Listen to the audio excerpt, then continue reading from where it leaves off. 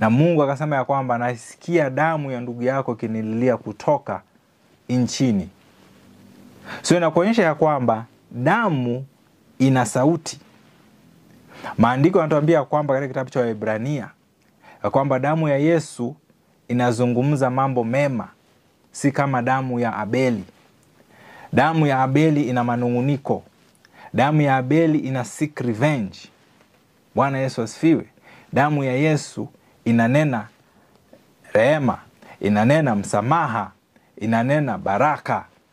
Bwana Yesu asifiwe. Inaleta utakaso. So somo letu leo tunaangazia kuhusu agano la damu. Bwana Yesu asifiwe.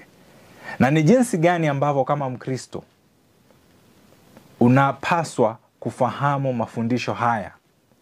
Maana tumewekwa huru kupitia damu ya Yesu. Na sio wote ambao wanaelewa kiini cha mafunzo haya kiundani.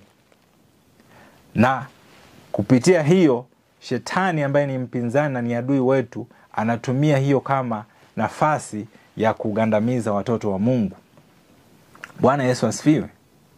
Sasa pia unapaswa kufahamu ya kwamba wakati familia zimeingia katika maagano, especially agano ambalo limehusisha umwagaji wa damu,